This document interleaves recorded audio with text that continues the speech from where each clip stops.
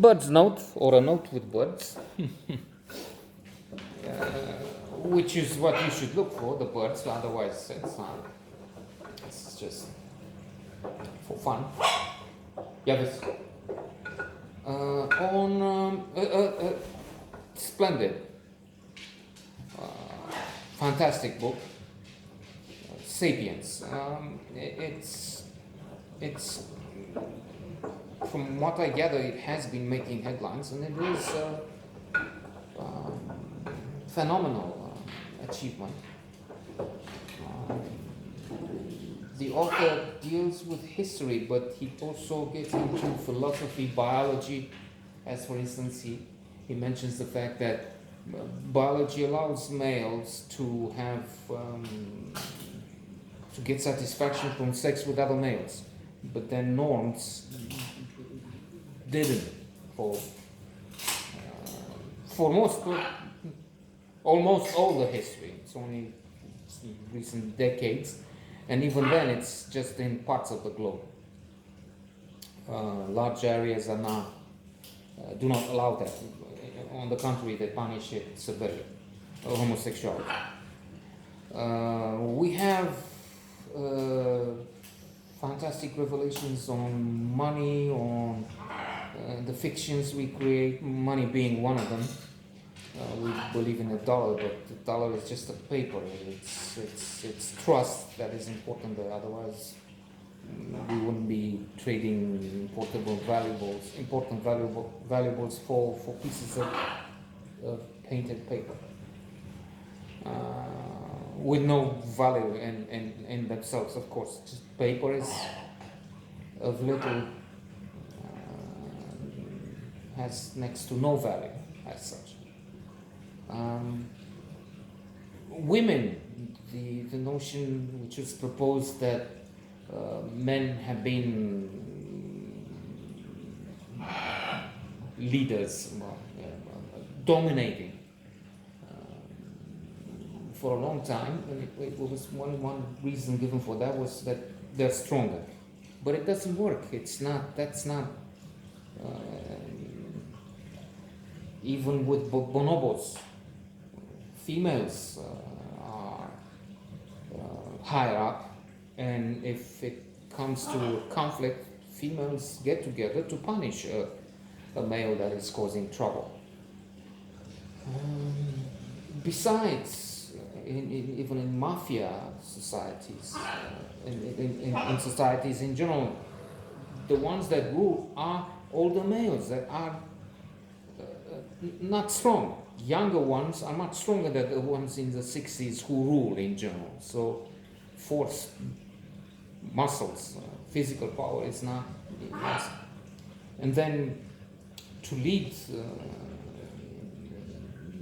battles, wars, one skill among others. I'm just mentioning what has been left in this feeble memory and what has made an impact. I mean, as new, a different approach, a different perspective on things.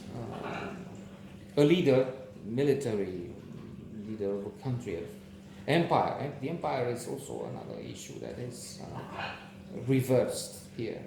Fantastic thinker, this man, this author. So a leader has to think about what the adversary has in mind, and women are much better at doing some of the things which have been required for men. And in other words, I don't know if he details on that, but we can think that we would have been better with women leaders. Empires are now believed to be not a system, a notion that is not working, but then humanity has been living, most of the people have been in empires for most of the time. And dismissed and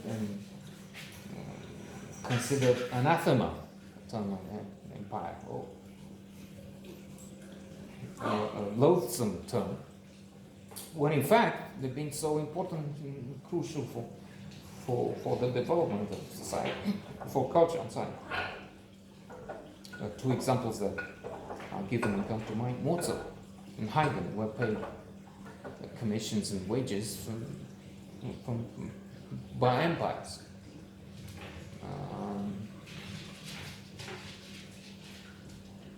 Money. Before money, people were trading crops for other crops. He gives the example of the shoemaker who, Apple, trading shoes for Apple. The difficulty he has says, okay, of having a level, it's not a level playing field, but finding a balance. For example, he has traded a week ago a pair of shoes for 3 sacks of apple.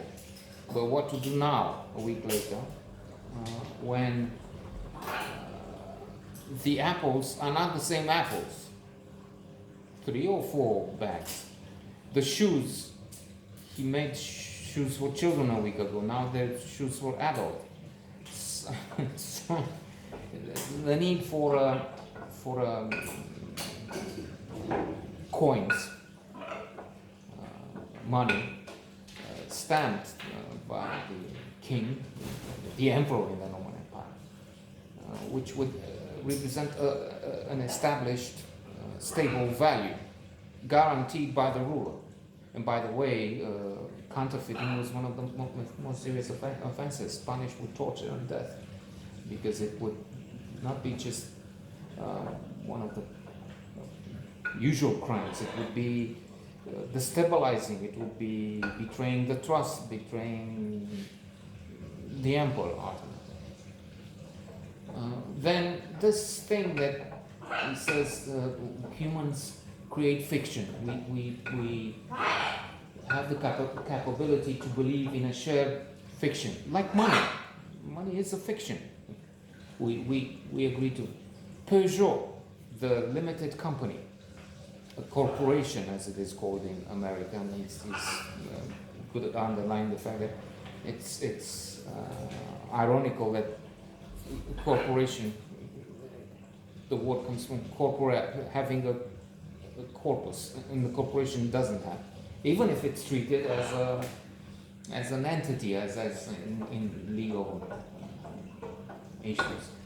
But gives the example of Peugeot Frederick, whatever his name was, decided to change the business of the family. They had been making bicycles, I think. So they started making cars. But things change in that with a corporation, and staying with the example of the car of the limited SRL, the limited liability company, would mean that people would go to the company and not get money from Peugeot. It would be the company's responsibility. Peugeot would have nothing to do with it. And then this, he explains better. I mean, he explains very well. I just speculate here on what he might have said. Peugeot is a fantasy, and if they would take away the factories, the workers, the equipment, they would still be able, using the fiction, if a calamity happens, and then to take money from banks on the basis of this fantasy that exists and people believe in, and borrow money, open new factories, new facilities, hire other people, and continue with the business. So, and Peugeot is an example, of course. That's applicable to all companies, well, almost all, and it's an interesting concept. Incidentally, Peugeot has not ceased to exist in the meantime, but has been merged into Stellaris or something. There's a new entity made from the merger of Peugeot with Fiat Chrysler, and of course they also had Opel. They had it before this merger was decided last year. Sapiens, fabulous book.